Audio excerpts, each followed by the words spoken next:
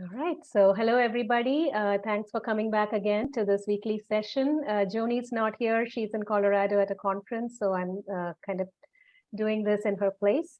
And today I'm just so happy and honored to welcome Dr. Diana Paque to our conference, to our class.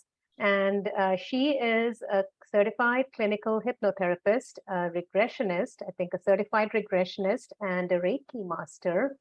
And, she's here to tell us all about what she does and to help us also, understand the process a little bit. If any of us is interested in going down, to a hypnotherapist. And Dr. Diana, we also want to know a little bit about your background and how you came into this field and, some of your experiences. So I'm going to open the floor to you. It's all yours. Okay, thank you very much for inviting me. So let me tell you a little about me first and how I got into this, because my journey is circuitous. I didn't start doing this. I trained as a librarian, so I have a master's in library science, and I worked for state and community colleges and government. And then I got a doctorate in public administration. So my doctorate is in organizational psychology, and that's where my foundation was. And I supervised people. And about 10 years ago, 12 years ago, I left my job as an academic vice president of the university and was looking for something to do. And hypnosis came along and it found me. And I think that's something that I've learned along this path is the universe puts things in your path. Someone is let me just mute echoing. everybody, and then Dr. Diana, you can unmute yourself. Okay. Are you able to? Yeah, thank you. So I didn't find hypnosis, it found me. And I started doing training for hypnosis, and I never thought anything about doing something like past life regression. It was too woo-woo for me. Being a very analytical person and an academic, it didn't make sense to me. And so when I started doing past life journeys, I found that it was fascinating to me what people found on their journeys and how they actually were able to heal as a result of looking at themselves from a different perspective. And that drew me more into doing past life regression and certifying in past life regression. And I was at a Reiki meetup that I was hosting, and someone said, "Do you do between life work?" And I said, "Well, I take people between lives when I do past life regression." And she said, "No, Newton between life work." And I'm, who? No clue, absolutely no clue. And this was in 2016. And so I came home and I looked up and saw that I had all the qualifications to train to become a Newton facilitator. And so I trained and certified as a Newton facilitator. And what I found was that this work takes past life regression to another level, that it's the understanding that you can work through a past life and interpret by being able to visit yourself and your soul in another body. And then you can look at yourself and say, well, what can I learn seeing myself in another body? Where have I been? What journeys have I been on? How much have I progressed? And yet when you go between lives, you're working on a soul level, and it's your soul that is then looking at all your incarnations and manifestations to be able to heal and to help you answer questions about you in this lifetime and other lifetimes and your larger path and your journey, your soul's journey. And so doing Newton work has been a real eye-opener for me.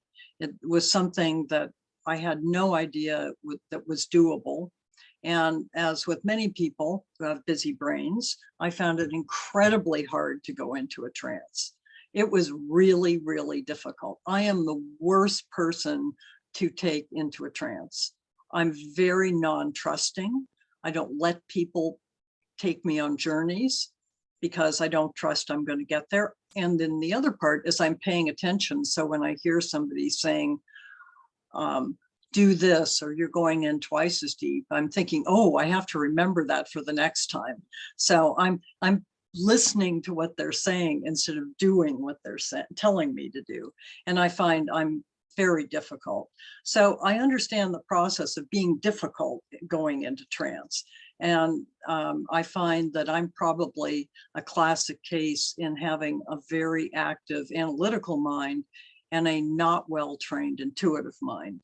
And the process of doing this work is to train your intuitive self and your feeling self, your being self, just in the way as you've trained your analytical self. So in school, we learn about our analytical selves. We learn how to use that, how to train it, how to make it work for us. And when we're starting to do this kind of work, the practice of doing meditation or doing journeying, guided imagery journeying, helps you then develop that capacity for your subconscious mind to say, it's really okay for me to let go and just go. I don't have to, I'm safe. So it's developing that safety and trust. And so there are, when Michael started doing this work, Michael Newton was a psychotherapist. He died in October of 2016. And he started working in the 60s and 70s, and he was a psychotherapist and started doing past life regression with clients. And in that process, he found that as people were finishing their lives, they were going into a space between lives. They were going into a soul state, and they were naturally regressing into that state. And so that state was one where the soul was present with whatever was happening, and they weren't connected to any particular body. So you could interact with any of your incarnations. So when we're in a soul state, the incarnation we just came out of can interact with your current incarnation. I can say, what can George tell Mary? If you're Mary in this life, what can George tell you about that life that you were in? And so it gives us a lot more flexibility. And so what Michael began to do was he began to look at how do you develop a mapping of the space and what clients are looking at and what they're perceiving. He was quite a researcher. And so all of his books, beginning with Journey of Souls, were stories that showed what his clients had experienced. And he did more than 7,000 sessions. And there's nothing in any of his books that clients have not experienced at least 100 times. So if somebody went to a soul group, or they went to a library, or they saw a council, or they went to a recreation spot, or whatever it is that they did, at least 100 of his clients had done that. So if somebody went and they, went to a football game and only one went to a football game, he's not going to put that in. I mean, it could be in their story, but it's not a standardized. So what he was trying to do was to map the space between lives. During the 90s, he realized that there wasn't enough of this work being done, and he couldn't do it all, because as his books got out there, then people were wanting to have sessions, and he was one person. And at that point, he's in his late 60s, and he's trying to do sessions, and there is no internet and there's no email at that point. And so everything is by mail, and it's getting very complicated for him. And he started looking at the possibility of developing a way of training other people to do this work. And so during the early 2000s, the Newton Institute came about specifically to train others in following his protocol. And so he began to work with several people on developing a training program, and then trainings began in 2004-05 and continue to this day. Michael was a very traditional person, but he was a pioneer. He looked at how you could advance the work that we do in a lifetime and take advantage of what we can learn on a soul level. So it's shifting your paradigm away from being in the body, because when you are in this human space, what we look at is what's around us. We look at the low vibrational energy of the earth. So when you're down in the mud and you're feeling bad and you're just paying attention to what's around you, it's hard to get above that. And he found that if you could shift the perspective and shift people into a higher vibration, that then they would be able to look at what's going on the earth and what was around them from a different perspective and be able to work with it from a higher vibrational state. And so he was always about raising the vibration and moving people into working at a higher vibrational level. And that meant he had to train people to know how to do that. And so in doing this work, we're always moving in the direction of following the client and raising their vibration and setting intentions during sessions. A past life regression generally takes you from this life back into a past life so that you can experience a past life. And the way Dr. Newton set it up, we would go back through this lifetime and then go into the womb. And the point of going into the womb was to look at us and the parts that make us up. So we have the part of us that's this baby, this incarnation, and we have the soul. And so it's the soul that then travels back into a past life and leaves this incarnation behind. And so when you go into the womb, you start looking at what is life like? What am I expecting as I'm coming into this life? What do I know coming in? And it's fascinating what people find out in the womb. I had a woman who came to me who knew she'd been adopted. She wasn't looking to connect with her adoptive mother, but she wanted to know something about her and the situation, because she'd never heard anything about the situation of the adoption. And when she got into the womb, what she found was her mother was about 20 years old, and she was of a good family in China, and that her biological father was a relative. And so the family would not have accepted that this birth was acceptable. And so she knew that she would have to give the baby up for adoption. So during her pregnancy, she purposefully did not bond with the baby.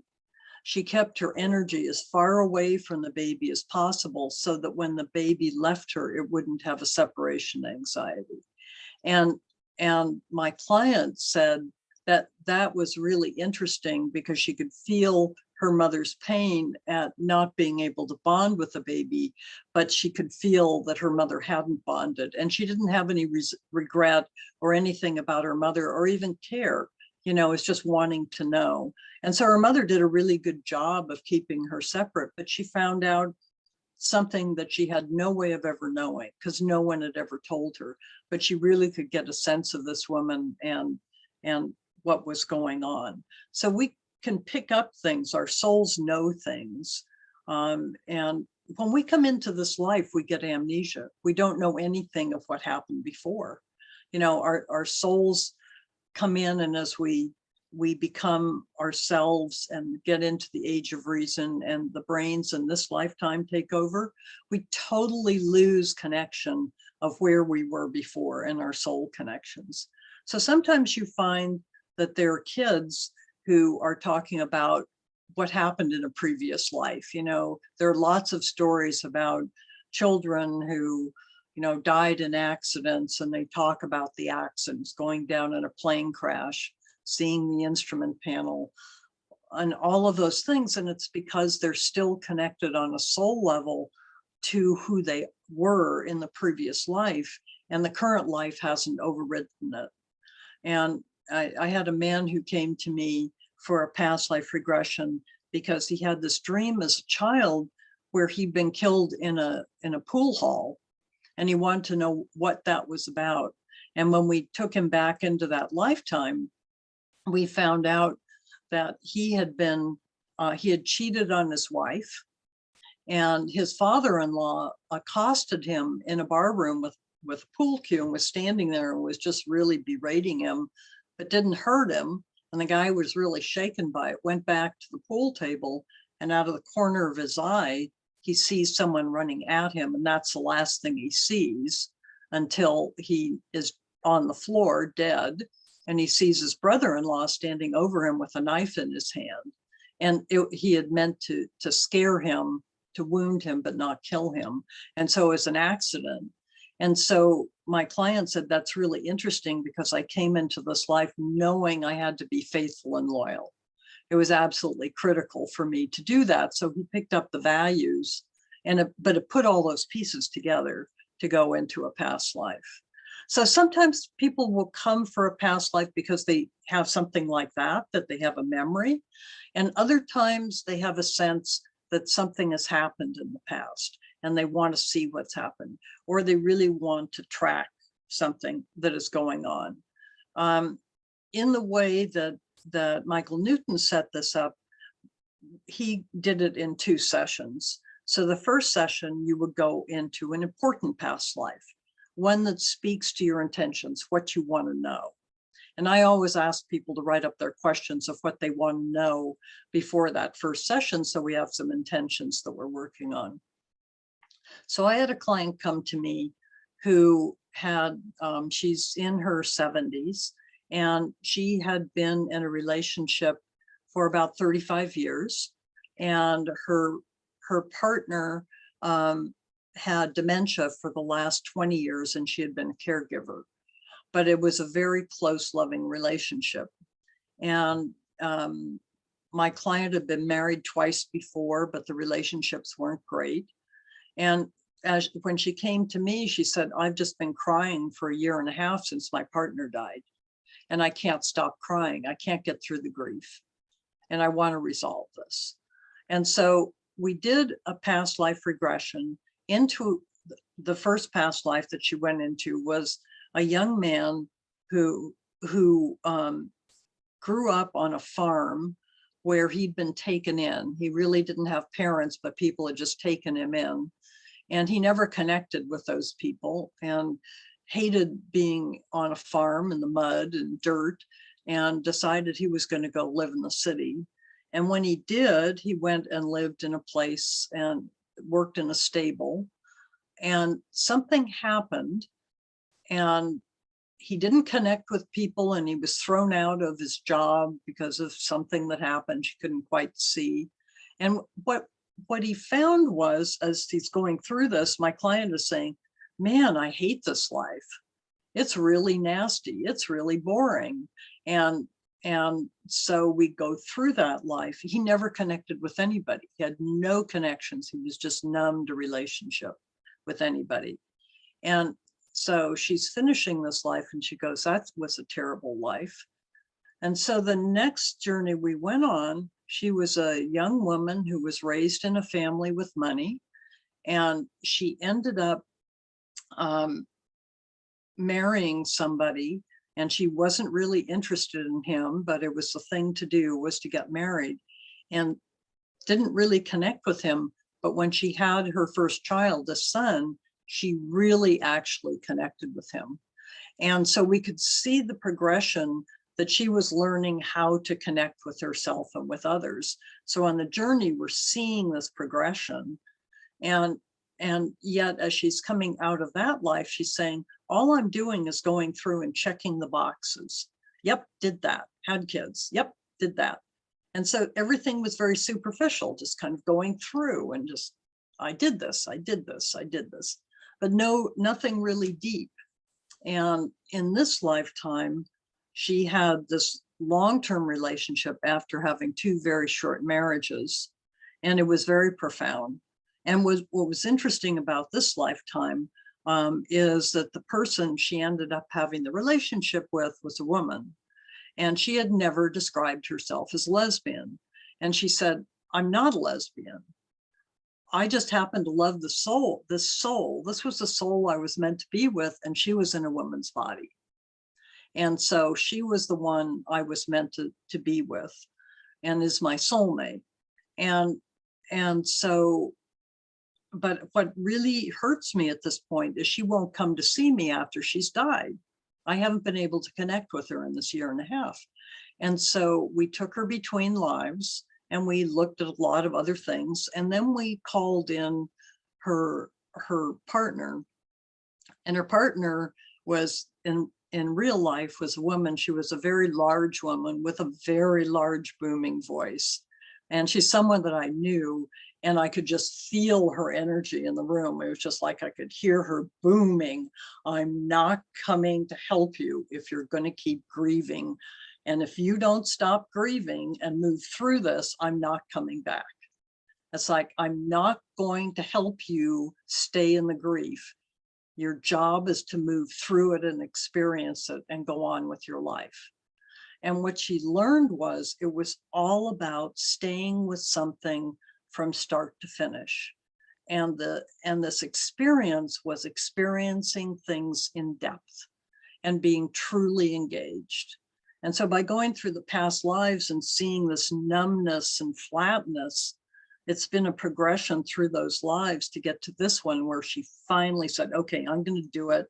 And I'm going to have this experience. And so part of the experience was experiencing the grief and moving through it.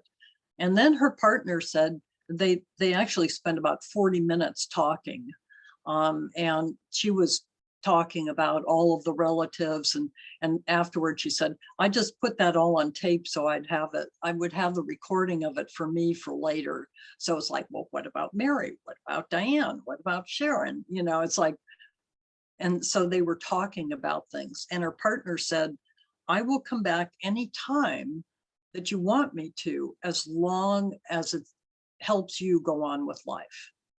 I want you to go on with your life and enjoy your life, but I'm not going to come back if you stay in the grief and just miss me, because that's not productive. That's not your job. That's not what you're supposed to do.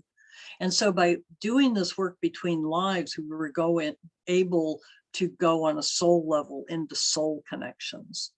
And so Michael Newton's concept of between life work is to take you beyond the past life into being able to actually ask questions and to delve further into what it is that you want to know.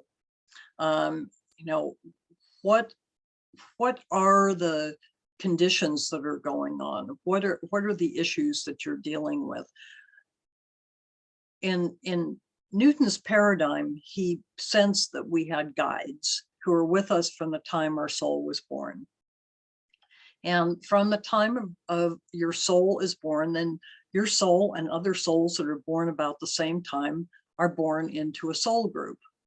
And then as your soul progresses, you move into different groups that match you and match your progress and what you're interested in.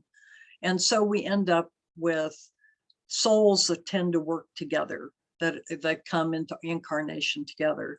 And sometimes, you know, we tend to have very small groups around us. So your mother can be your brother, and your, you know, daughter can be your father. And so it tends to move around. And he found that there were also, generally people were seeing something called a council of wise ones, a council of elders, who were there not as a group of judgment.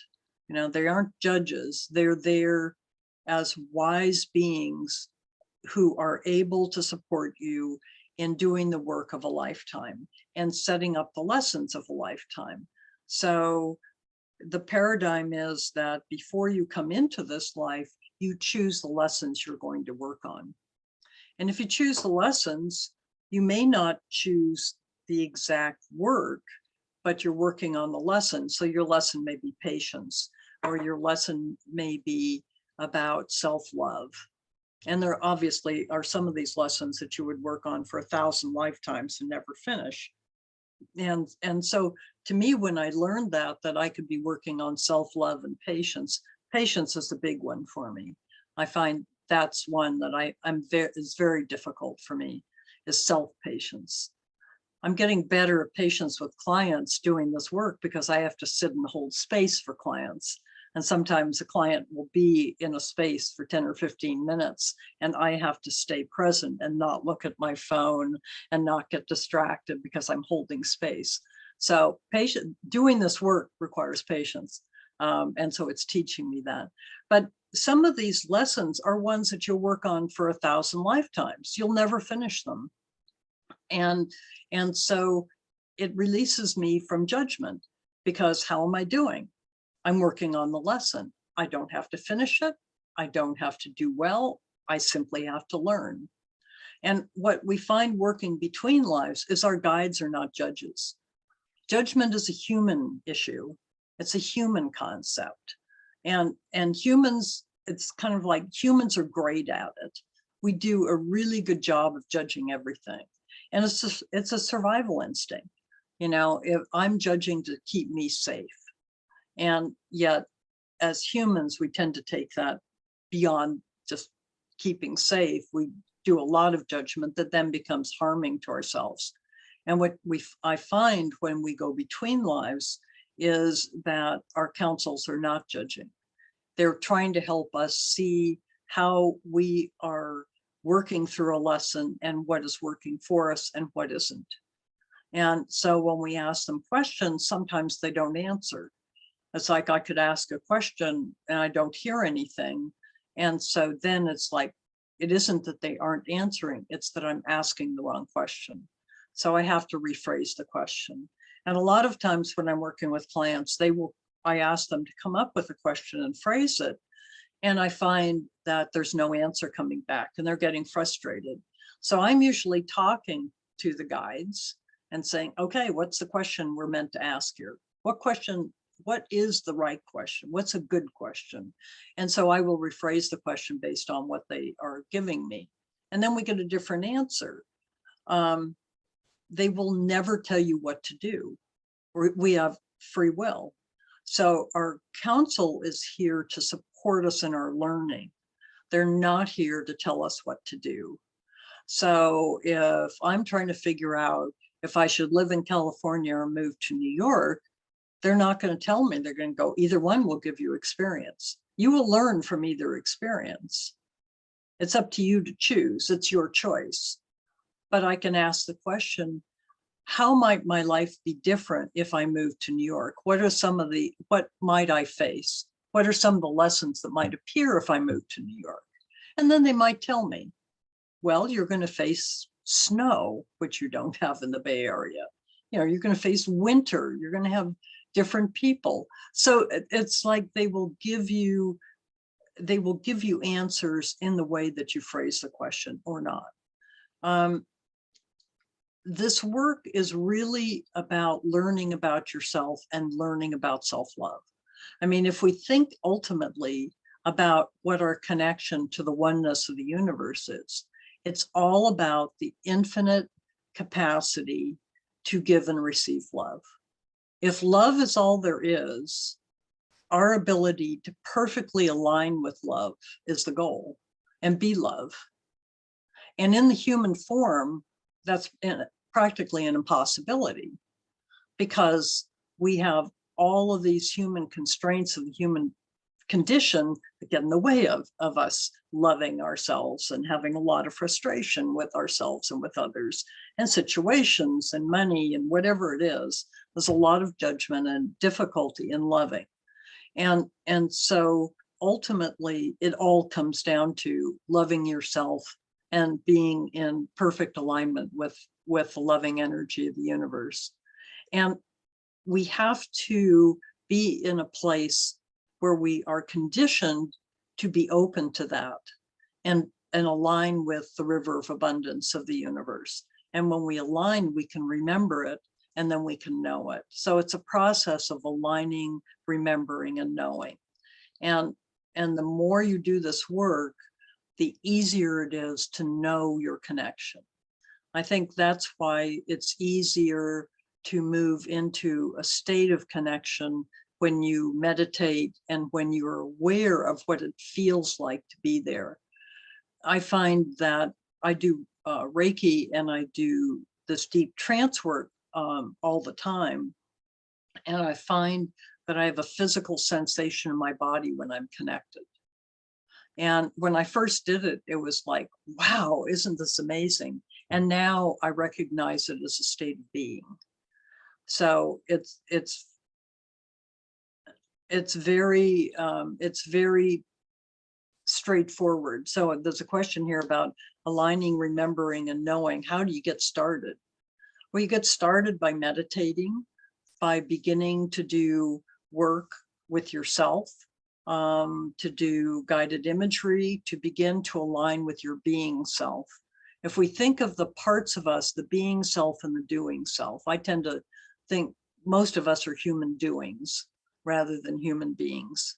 And if we can align with who we are and what we are, and most of our energy we spend in what we do and how we do it, as opposed to the being. And I think that's the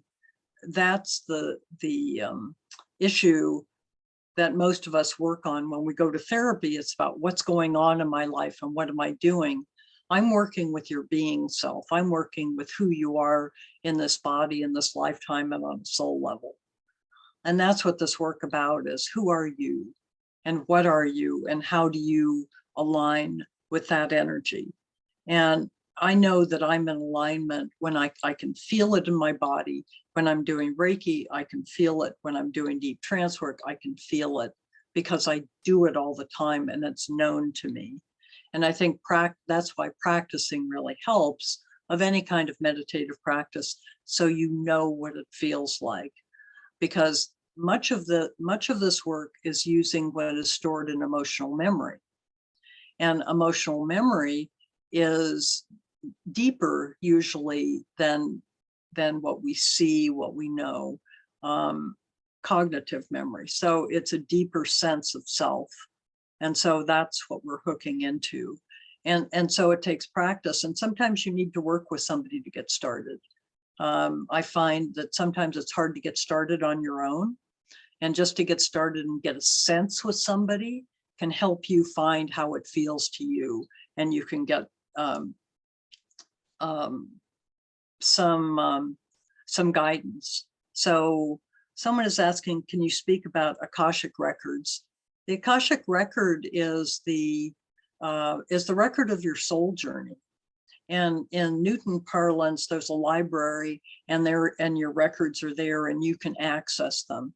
If you go and have an Akashic reading, they will read from that record. When you go between lives, you can go and you can look at your record.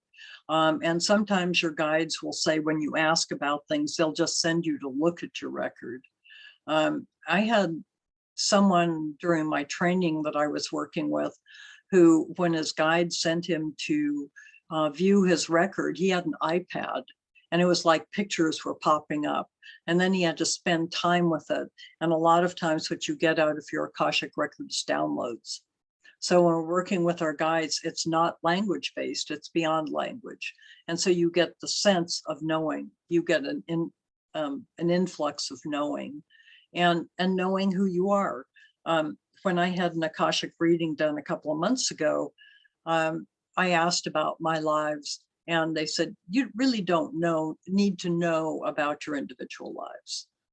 You need to know about where you are as a result of having lived them, because each individual life as a person is not necessarily important. It's the accumulation of the learning of going through these many experiences, the lessons, right? So it's how the lessons happen, what you learned, how long it took you to learn.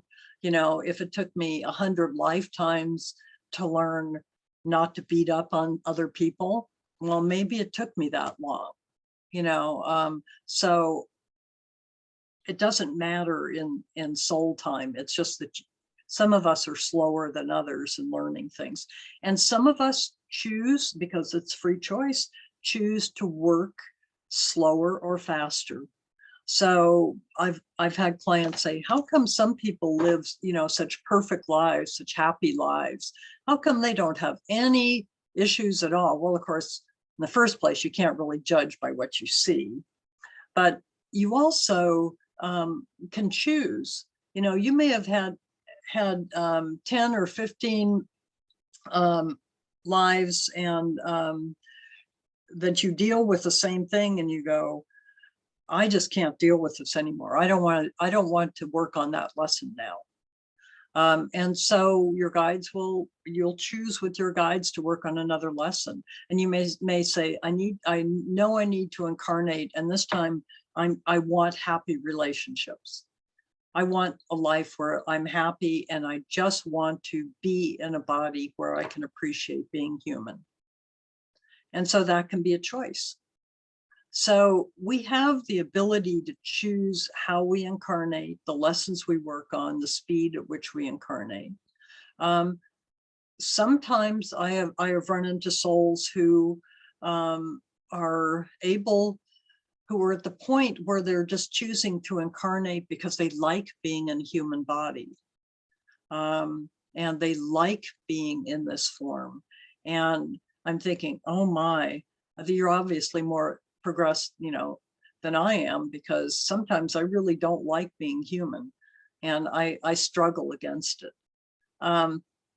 So there are many different experiences of this, and I find each journey is very unique. When I start working with a client, I usually want to have a conversation, and if I can, I either have it in person or have it on Zoom, so we can talk to each other and see each other face to face, and really try and figure out how you think, what you're interested in, what you care about, what your experience is, and then figure out what's the best approach. When Michael began to do this work, he came up with this protocol of doing past life work, going between lives.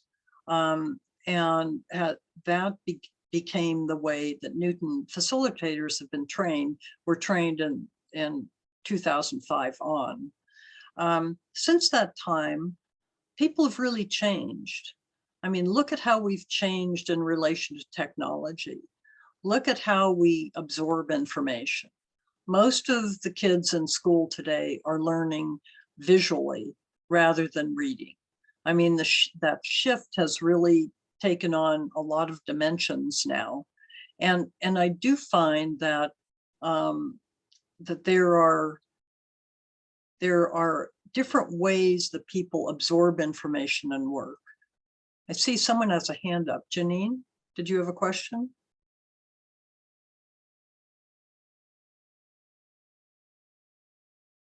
Okay. So what has happened over the last few years is the Newton Institute has been looking at how we train people and how we go through sessions so that we can match the work to the people who are coming to us.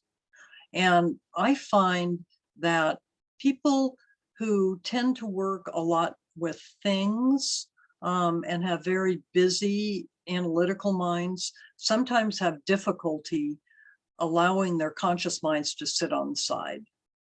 That can be difficult. So it takes training. That's one thing. It takes trusting. Whether you're doing this on Zoom or you're doing it in person, it's not terribly difficult to do it on Zoom. I do more than half my sessions on Zoom now. And it also takes an understanding of how you see the world and how you interact with things. So over like the past 10 years, there have been different trends in doing this work. And one is to begin to look at the between life work from a quantum perspective. And about 10 years ago, Pete was the second president of the Newton Institute, and he's in Australia, began to do work as the Institute for Quantum Consciousness.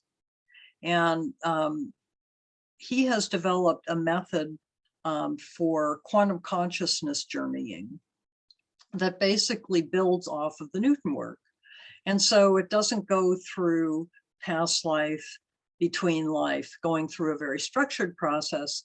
It simply allows you to expand out into your soul energy, bringing all parts of you with you, and then expanding into connection with consciousness, recognizing that everything is in the present, everything is now. And so past, present, and future are all now, which means you could heal past lives, past traumas, and move between lives, past lives, lives in other life forms, in other dimensions, and be able to examine whatever it is in whatever dimension of consciousness you particularly can gain wisdom. And so it provides more flexibility. And I find that working with individuals, it's not part of the Newton Institute, it's related to Pete's Quantum Consciousness Institute. But I do find that there are ways that I can work with clients who tend to have very busy minds, and to be able to allow them to simply allow all parts of them to be present. And we don't have to go into a state of deep, deep hypnosis. So some people have a real difficulty in going through a hypnotic induction for 20 or 30 minutes and going deep. They get bored. I get very antsy. I'm starting to pay attention to other things. Am I in a trance? Am I doing this? Am I doing this right? Are they ever going to finish? You know, now I'm cold. So I get very antsy. I'm probably a good person not to be doing it the traditional way. And I find that people who are very visual in trance can do anything, because they tend to be able to use their vision to go into past lives. But people who are not very visual in trance have a more difficult time, because they're thinking there's something wrong. I would say 80% of us have some level of vision when we go into a deep trance state, and about 20% of us don't. I may get a quick snapshot of something for like a tenth of a second and then get a knowing. That's the most vision I ever have. So not being visual, I'm aware when people are having difficulty seeing things in trance. And it's very uncomfortable for me to have someone using visual language with me, because I'm not visual. I can't see, and so don't use visual language with me, or I will open my eyes and tell you don't use visual language with me. And I think that is part of getting to know the person you're working with, so that you can be comfortable. You have to trust the relationship, because the person you're working with has to operate with you for your highest good. And that's something that may take working with a couple of people to find the right person to work with. And I really encourage you, if you are thinking about doing this work, find the person who feels right to you. You know, if you're going to do any kind of deep work, it's important that you really trust them, because how can you tell your deepest stories, your deepest feelings, if you don't trust that that person is holding that space for you as protected, sacred space? You have to. And so it's really important that you energetically connect with the person you're working with. And that's true, Dr. Diana, because that's one of the things that I've noticed when I've gone and tried to do it. It's the trust. It's so hard to trust somebody with your subconscious. And I love that you gave the technique of, first trying with meditation and then going to that next step. But I wanted to ask you, a lot of times, like this is the book that the Life Between Lives that you were talking about. I have the date written in here, 2009. That's when I bought it. But one of the questions I had was, what about like phobias, like people who have like fears of certain things and phobias? Have you seen like clients who have come to you And, because I saw some examples in this book too, where Dr. Newton regressed them to a past life and they found out why they had that fear. And then, like magically, it just disappeared from this lifetime when they had that realization. Is that true? Yes, because that can be true. If you are able to go to the source, whether it's in this lifetime or another lifetime, you're able to release the energetic connection. So if we are energetically entangled with whatever it is, with the fear, with the pain, sometimes someone will have a pain in their side, a chronic pain in their side, and they go back to the source of that pain and release the connection, then the pain disappears. Or I had someone I was working with who had a pain in his hip that they couldn't figure out. And so when we regressed him, we found that he'd been a warrior who had had an animal fall on him and break his pelvis and his back, and he was gored. So and in that life, he became dependent on others. In this lifetime, he has been struggling with letting go of doing the work the way he's been doing it and not wanting to let go and let others support him. And so when we got back to the core of the issue, the pain went away. Wow. So it's really you can undo the entanglement or heal that. Sometimes at the end of lives, we make contracts. I never want to do that again. I never want to have money like that because it ruined my life. And so we end up in poverty because we make a contract.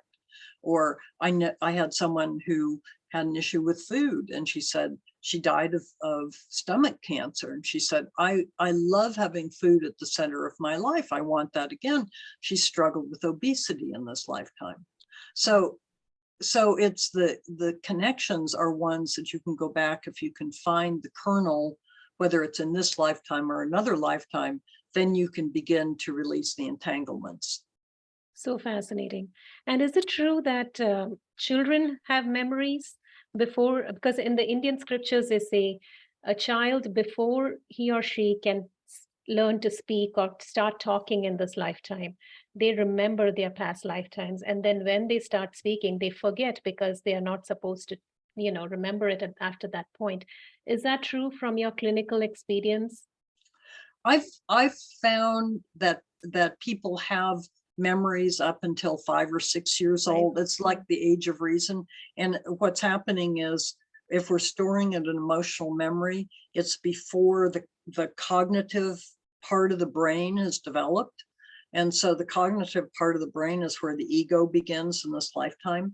And so before that time, that emotional memory is still present.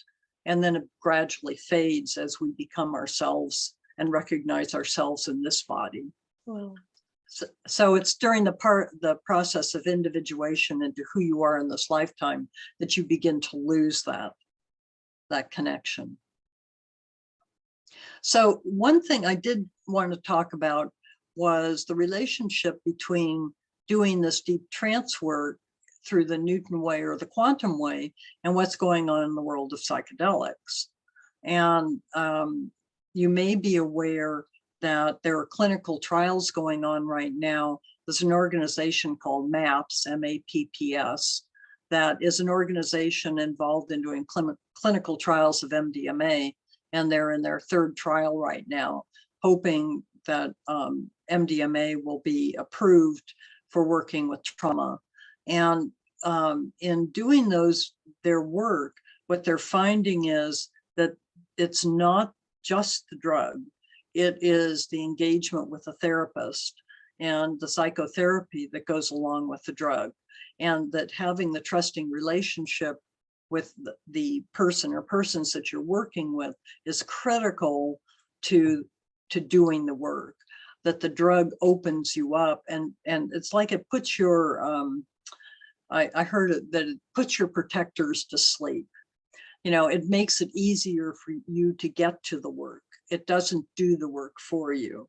And so the work of the psychotherapist or psychiatrist or whoever you're working with is critical to actually doing the work. So the process itself tends to have within the MDMA process right now, it goes over several months, like 3 or 4 months, and they do 3 drug sessions and 15 therapy sessions in the process. So they'll do, 4 therapy and a drug, and then 4 more therapy and a drug, and so on. So it's not all just working with drugs. So the work of connecting to the therapist is very important. And from the Newton Institute perspective, we're looking at how our work aligns with the work that's being done for trauma and other work. And we're looking at those protocols as models. I have a colleague that I work with who's a psychotherapist who refers clients to drug therapies if he feels that they're, if that's appropriate. And he refers clients to me if they cannot do drug therapy. So I can do deep trance work with them in a way that they can do with the drug therapies. But I'm working with one of his clients right now who has MS and cannot do drug therapies. And so he refers them to me. So the work that we're doing with deep trance is very similar, can have similar outcomes to that work that's done with psychedelics. And it's really all about working on the deep part of the mind and working with parts of us that are not within our consciousness, our upper consciousness, but are well within us. So I don't know what else I can tell you about, or what you would like to know. Yes, so doctor, one question that I know a lot of people here would have is, from the years of experience you've had with, working with clients and hypnotherapy and, hearing their stories firsthand, right? You're there when they're talking about these past lives and the lessons they have in this lifetime and such. What is the common thread that you have seen, which, in a practical way, that this group can kind of take away from the session and say, okay, this is, like you said about unconditional love or being aligned with the flow of the universe, things like that. Like, is there like a practical day-to-day thing that we can do in this lifetime, which can help us connect to that more and kind of be more aligned with our purpose here? I would say the one thing that I've learned in doing this work is to release judgment and to release self-judgment. Harsh self-talk is very damaging to us. Mm-hmm. If you talk badly to yourself, your subconscious believes it, because it's like a little kid, it's going to believe what you tell it. If you tell your subconscious, man, am I stupid, as opposed to saying, damn, that was a stupid thing to do. But no, if I talk to my being in a way that's judgmental and harsh, then my being picks that up because it doesn't have any way of judging. It doesn't have any way of evaluating. Right. So I've learned that positive self-talk is very important in shifting how you interact with yourself and how you interact with judgment. Doing this work has helped me really look at that element of how judgment impacts our lives. Because look at where the world is because of how we judge each other and how judgment shows up in such incredibly negative ways. And if I can put myself into a place of observing and not judging, then I'm in a place where my vibration is higher.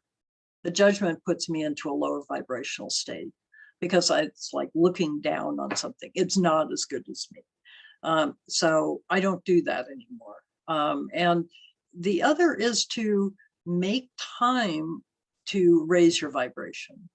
I find that for me, I used to get up and figure out how much time I needed to get out in the morning and set my alarm to the last possible minute and then race out the door. I don't do that anymore. I save a minimum of 1.5 hours to 2 hours before I have to leave in the morning. And that way I have time by myself to be able to be. And I value my being time. And if I start my day grounded in my being, then I'm much more grounded. I don't do things that get me upset. I'm not in a place where I'm ungrounded. I tend to be very ungrounded. My astrological chart has no earth signs in it. So I am steam, I'm air, fire, and water. So I don't have any earth sign. So I compensate for that by grounding me every day. And I do start by going into my being self and being comfortable with me. And whether that's a meditation and everything, it's just a practice. Okay, birthday. I was born July 23rd, 1948. And I was born at 9:07 p.m. in San Francisco. And I'm right on the cusp of Leo and Cancer.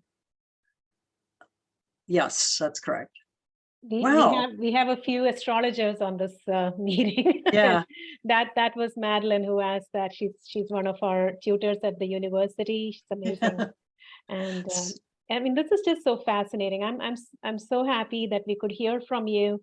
And I mean, I'm sure a lot of people here have more questions. So I'm not gonna, take your time too much. So go ahead, everybody, unmute yourselves and ask Dr. Diana any questions you have. So let me give my website address. Okay. Is SF Bay, like San Francisco Bay, sfbayregressions.com. And I'll put this on the email when we send out the recording too, just so everybody else. Great. And you have, Shri, you have my executive at newtoninstitute.org. That's a good email for me too. Great. Yeah, I'll put that in there too. That's my work email.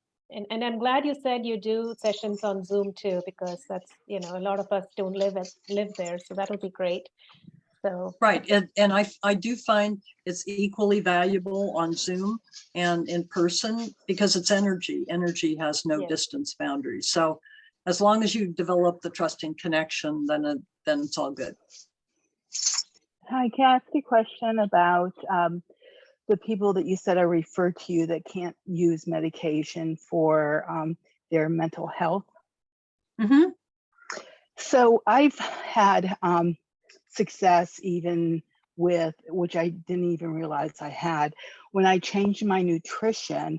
I felt a real lift in my spirit, and I was so much more easygoing, things didn't bother me, and a real changed person. So since then, I've been reading about it, and I have found people who actually struggle with severe mental health issues, changing their nutrition, also assisting them. So in your work, do you introduce that at all?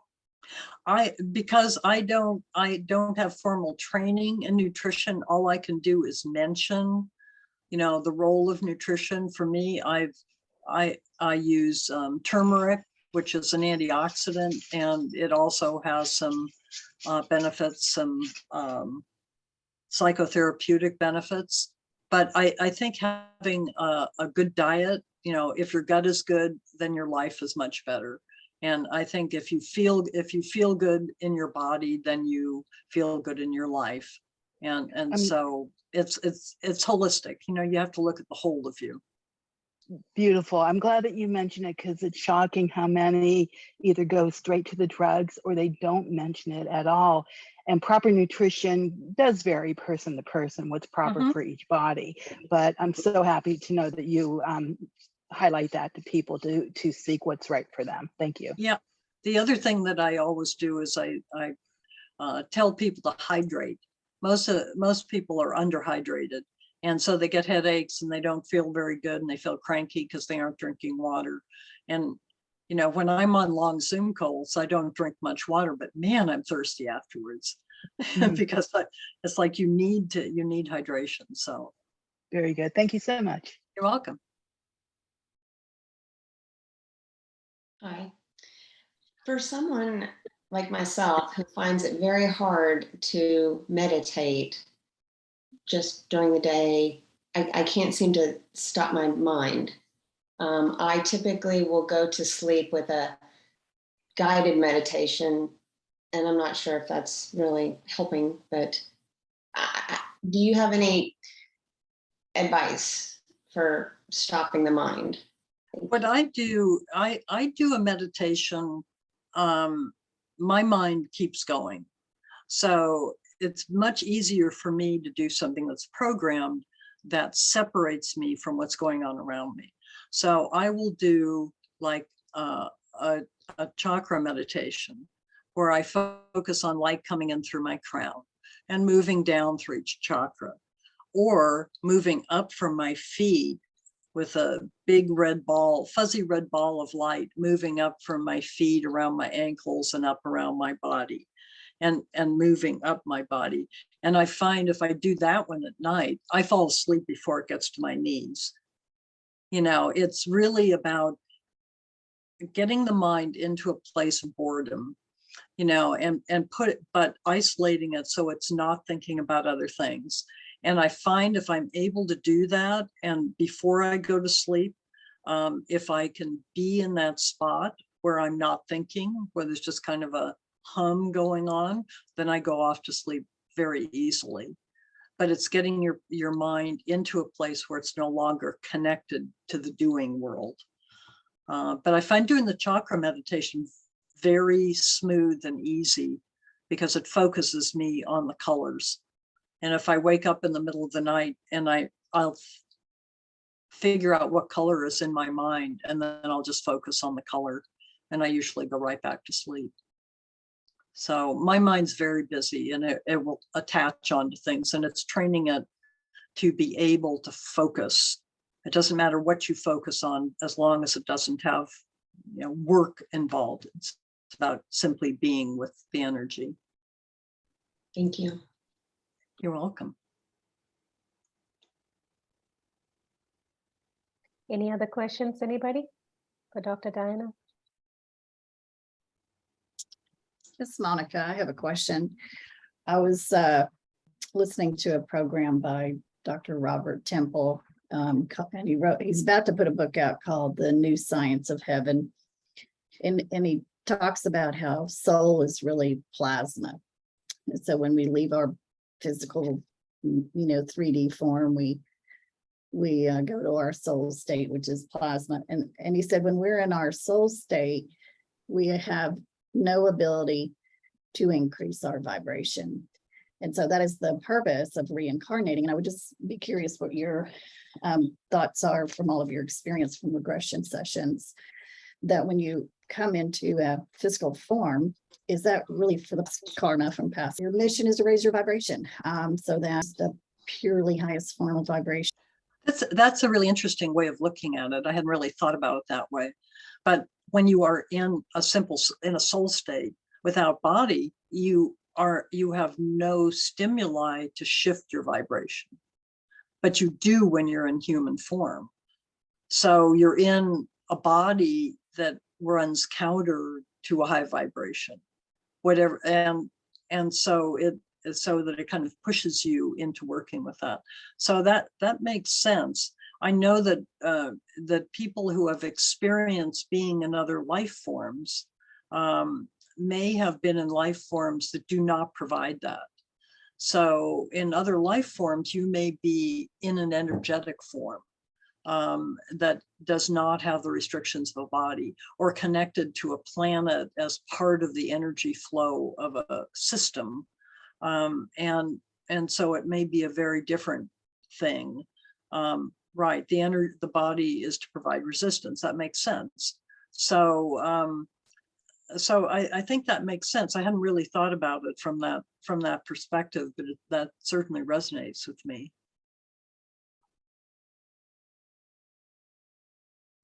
Thank you. You're welcome. This definitely puts a whole new, it has just created a big shift in my ability. I'm seeing everything in my life as stimuli now. And I get to choose, do I respond with a high vibration to develop my high vibration, or do I get sucked in to the low vibration part of, and so it was just eye-opening. So thank you for confirming that. I think what's interesting to me is you're saying that is reminding us that it's all choice, that we have a choice. And and that we are always in choice. And when I'm working with clients, that's the first thing that I remind them is you have a choice how you respond.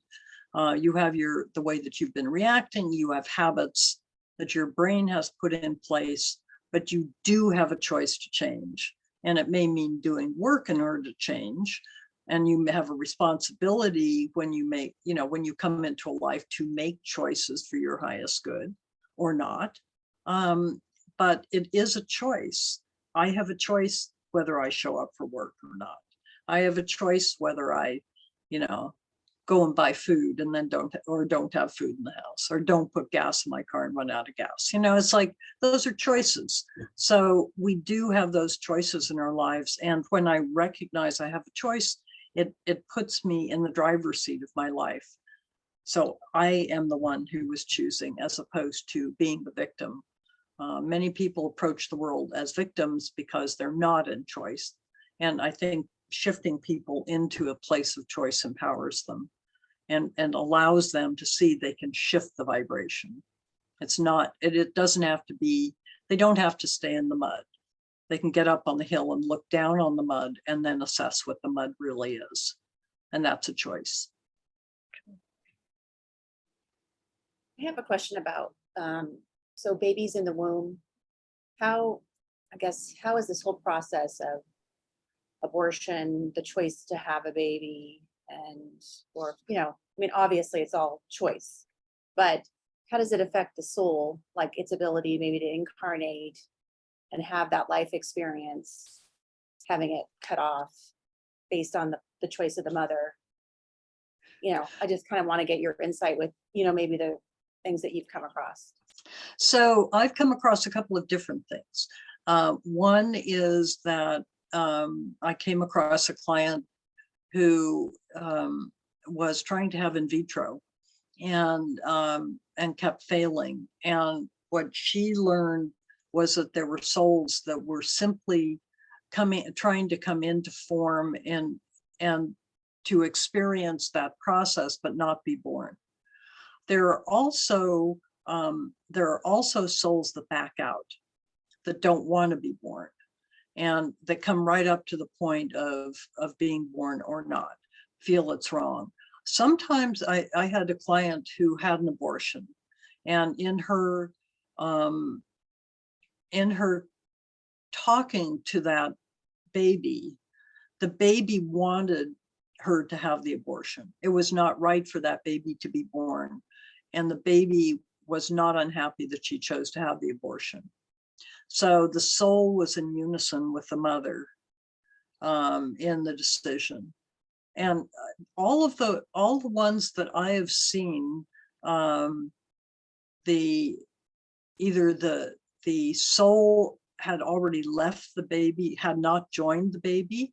So most of the clients that I see, the soul does not come into the fetus until there's sufficient brain capacity to be able to support it.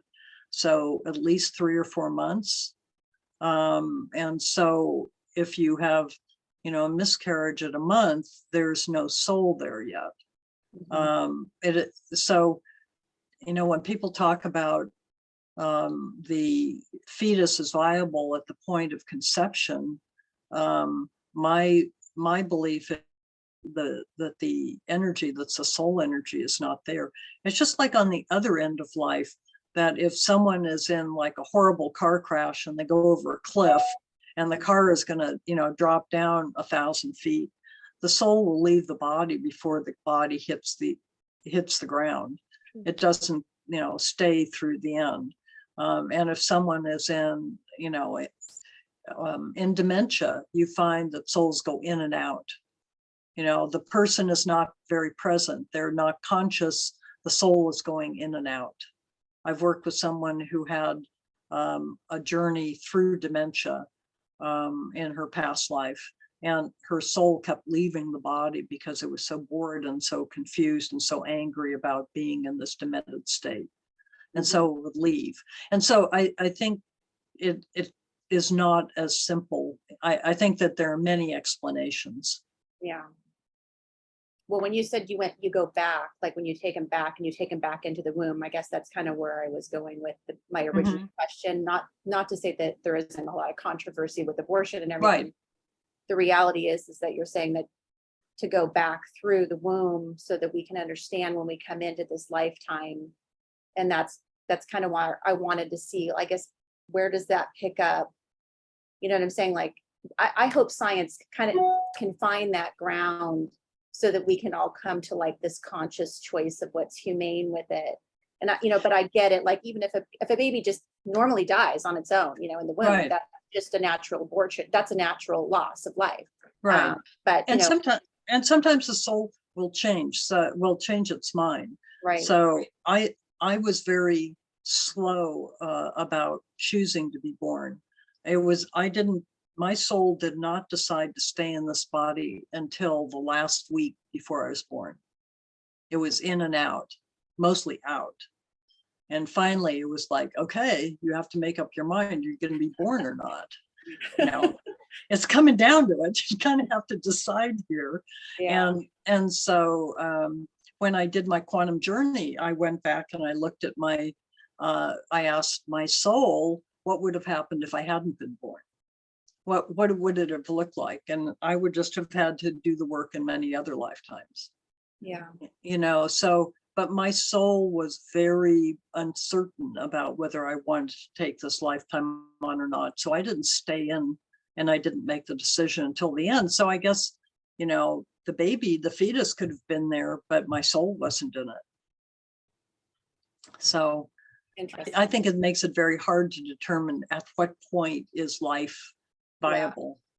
To me, it's much more complicated than simply saying when the brain is at this point, because is it fully? That comes down to judgment too. Like when we're supposed Sure. to be in a space of not judging, then the reality is it's just it's got to be in a place where everyone just needs to be in a place of no judgment. Mhm. So, yeah, thank you. You're welcome. Anybody else? Any questions? I just have a little, one of somebody I know one time said to me, oh, I see you as a little girl with cute little pigtails and a fancy dress, and you come from a family with lots of money, and that's what got you killed. And it resonated so much with me. I was like, wow, that's probably why I don't dress all fancy and I don't act like I have any money. Like I don't drive a fancy car. It's really like, I just don't like it. So I'm wondering, that past life, I can see how that would have that effect on me now, because I have this past memory of don't be too out there with the money and the looks and that kind of stuff. Do other things, maybe a little more, low key. But I'm wondering, from a soul's perspective, did that past life teach me to be the way I am now, which is more subdued? Or did that be like, no, you have to get over that old injury of feeling like other people are going to judge you because you have some money or you look nice, and you have to get over that. So what would you say is the real lesson for me, just based on that example?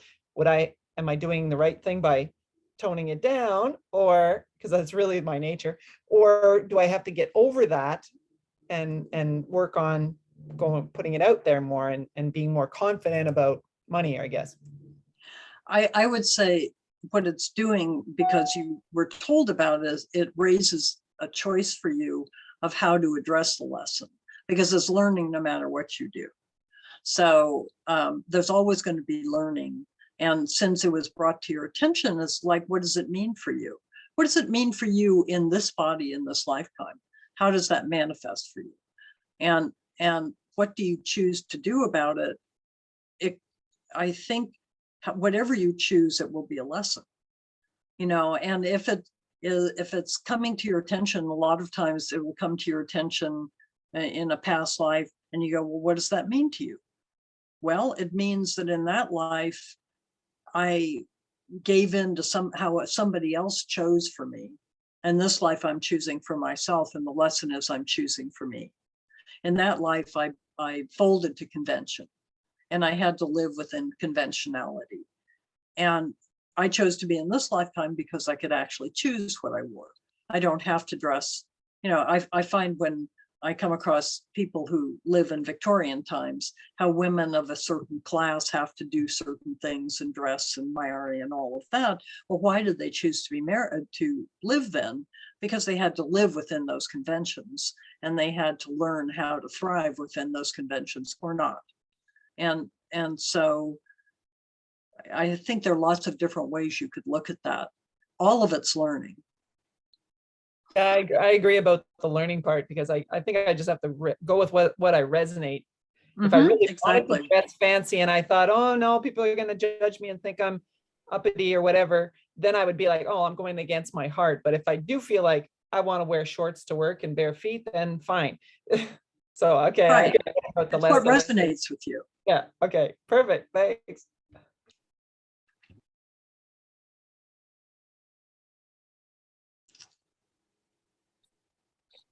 Any last questions, anybody?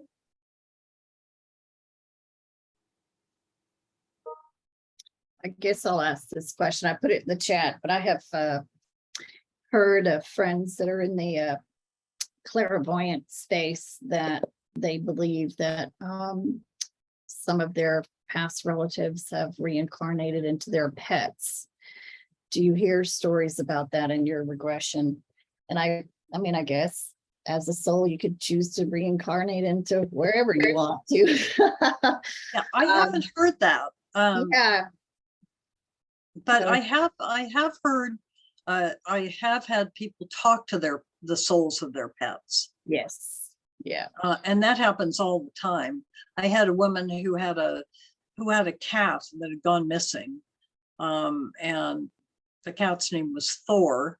And so she talked to Thor and said, "Where are you?" And he said, I just took off. I'll be back when I feel like it. There's nothing wrong. Don't worry about me. And about 2 weeks later, her grandson had put an ad in the Craigslist or something next door, and someone called and found Thor and brought Thor home, and he was just fine. It's like I just went for a walkabout. Fine. But I haven't heard of people incarnating as pets necessarily. I've had clients incarnate as animals in previous lives. So, but not going the other way. And I don't know why that is. Interesting. Thank you. Yeah, and I've seen some examples of that in the book too, of in past lifetimes incarnating as animals, and then you kind of become humans now and not going the other way around. I've seen those examples. And you said that Dr. Newton used to have like at least 100 cases before he puts that in the book, right? So right. Yeah, I had one of my early clients come to me, and she felt like she didn't fit on Earth, and she didn't fit here. That seems to be a big theme. I don't fit. I don't seem to fit with other people. Other people aren't like me. And so we went into her past life, and I said, "Tell me about you." And she said, "I'm a frog." It's like, "Great, you're a frog. Okay, we're going to take you back to childhood." And she goes, "I'm a tadpole." So we took her all the way through life as a frog, and took her through her tadpole stage into frogness. And then she ended up going from being a frog into what seemed like a bullet, like a silver bullet. It was a chrysalis. And she just exploded out into space, and that chrysalis opened, and she connected to consciousness. And she said, "Oh, I'm home." So she was feeling this bliss of being home. And I said, "So why that life? Why were you in a frog life?" And she said, my guides told me that since it had been thousands of years since I'd incarnated, that I needed to experience a life and death process quickly. so that I could feel the whole of it, but it would be very quick, so I could remember living and dying. And so a frog was a very fast way of doing that, but it also gave her the ability to feel what it was like when she was connected, because she was feeling very disconnected. And so it gave her the ability then to totally connect again. And so I thought that was very interesting, the frog expanding in a chrysalis and having it open into consciousness. So there are lots of, there are so many stories, you know, thousands of stories. I'm sure you have a lot of stories to write a book on your own too, right? I mean, do you have any books out there? I don't at this point yet, but I have hundreds and hundreds of stories at this point. I know. It's almost like we need more time here. Yes. Can I ask another question Sure. about how, do you see how your work fits into what so many people are going through, and what I think, what a person struggles with, families, societies, but with feeling that they are in the wrong body, or any of the spectrum of whether it's through autism or their sexuality? Can you make any sense with what seems to be just really prominent in our society today? What I sense about it is that if we're in a body that we don't relate to, if we're really paying attention to that, we try and figure it out. Why am I not connected with my body? Why don't I feel like I fit in this? What is it about this learning? What am I to learn from this?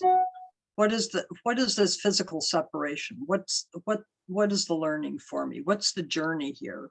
And I see a lot of disconnection, because I think that people are sensing their being selves as very separate from their physical being, as their physical body, and that there is a disjointedness there, and that they don't recognize that body. And it could be that they have not incarnated in a physical body much, that they've been in other life forms.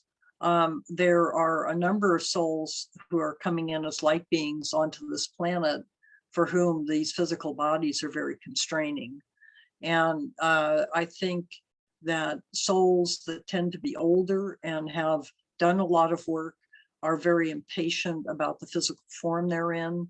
And so they're getting lessons about self-love, which includes love of your physical form, whatever it is, and coming to terms with loving you as you are.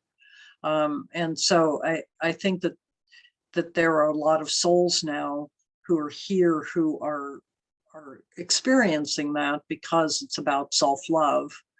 And if they're experiencing that, how do you express love to others if you're challenged with loving yourself? Because we tend to see the world through our own pain. And if we can come to terms with our own issues and how we see ourselves, then it frees us to be able to be more open with others in a loving way. So I see people really struggling with that. Sure. Why? I don't know, but it seems to be what is right now. Mm-hmm. That's beautiful. Thank you.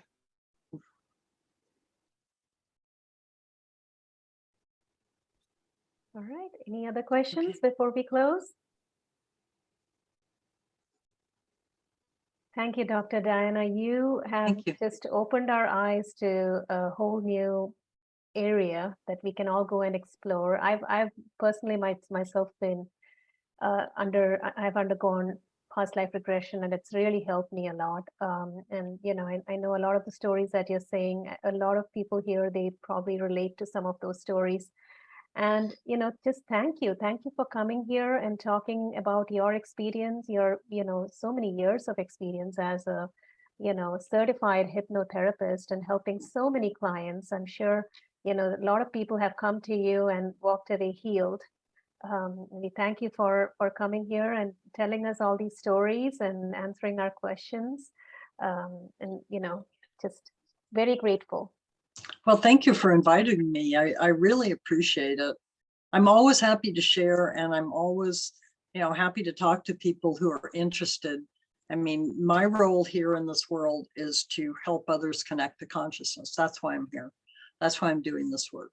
And that's why I was drawn to it, because that's what I'm supposed to be doing. And so whatever I can do to support others in finding their path and their journey and finding their soul selves, I'm just totally delighted to help with. So feel free to reach out. I'm very approachable. Yes, and we have your contact information. I'll make sure everybody has it when I send out the recording. But yes, thank you so much for coming. Any last questions, anybody, before we let Dr. Diana go? It was wonderful. Thank you. Thank you so much. Thank you very much. Thank you, everybody. Bye. Bye-bye. Bye.